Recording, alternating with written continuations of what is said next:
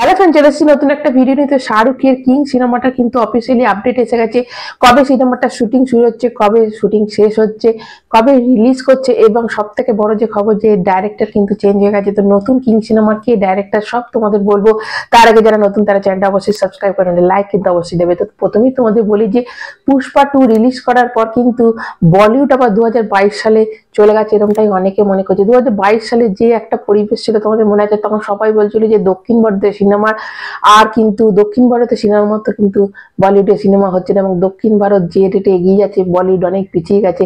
বলিউডের এমন কোনো সিনেমা নেই যে দক্ষিণ ভারতের সিনেমাকে বিট করতে পারে, এরকম অনেক করেছিল। এইবার পুষ্পা 2 রিলিজ করার পর কিন্তু সেরকমই উঠেছে যে দেখো পুষ্পা 2 কিন্তু একদিনের মানে বলিউডের হিন্দি বেল্টের একদিনের বিশাল বড় একটা রেকর্ড করেছে, 72 কোটি, এবং অনেক রেকর্ড, অনেক সিনেমার রেকর্ড, একদিনের রেকর্ড ভেঙেছে।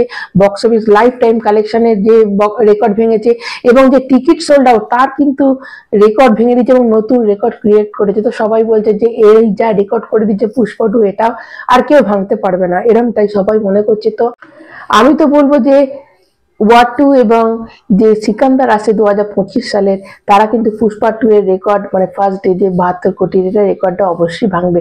দেখো যদি এটা না ভাঙতেও পারে তাহলে কিন্তু কিং, শাহরুখের কিং কিন্তু সিনেমাটা অবশ্যই এর রেকর্ড ভাঙবে, পুষ্পা 2 এর রেকর্ড ভাঙবে।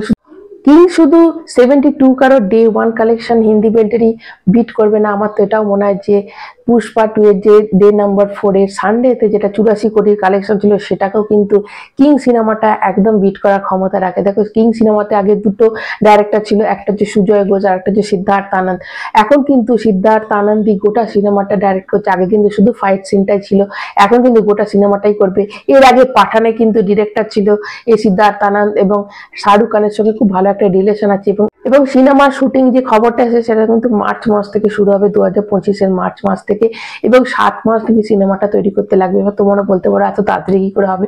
দেখো লোকেশন কিন্তু সব একদম ঠিক করা হয়ে গেছে, এবং কোনখানে কতটা শুটিং হবে, তারপরে কোথায় গিয়ে শুটিং হবে সেসব পুরো কিন্তু একদম রেডি। বেশিরভাগই কিন্তু ফরেন কান্ট্রিতে, ইউরোপিয়ান কান্ট্রিতে কিন্তু শুটিং হবে, এবং মার্চ মাস থেকে একদম তারা শুটিং এ নেমে যাবে। এবার যেটা বলছিল যে ঈদে সিনেমাটা রিলিজ করবে, সে ঈদে হয়তো 2026 ঈদে রিলিজ হবে না, হয়তো জুন মাসে এরকম একটা টাইমে হয়তো রিলিজ হতে পারে। কারণ দেখো শাহরুখ খান কিন্তু সিনেমাটা শেষ হয়ে যাওয়ার পরই কিন্তু রিলিজ করবে, এত দেরি করবে না। এবার শাহরুখ খানের জওয়ান সিনেমাটা যেটা কোনো বিশেষ দিনে রিলিজ করেনি, যে দিনটা রিলিজ করেছে সেদিনটাই বিশেষ হয়ে গেছিল। তো এই ক্ষেত্রে তাই হবে, যেন 1.5 বছর ধরে ওয়েট করা হয়েছে। আর তো এইবার কিন্তু মার্চ মাসে যেন একদম ফাইনাল হয়, এটা আমি চাইবো।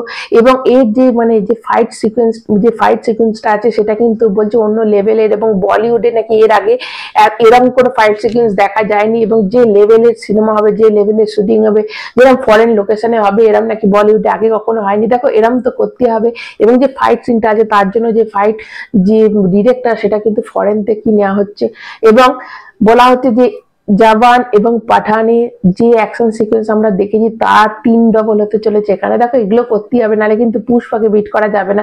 তবে এখনো কিন্তু নায়িকা এখনো ঠিক হয়নি, তবে এটা কিন্তু ঠিক যে ঈদে হয়তো হচ্ছে না, 2026-এর হয়তো মে জুন করে রিলিজ করবে সিনেমাটা।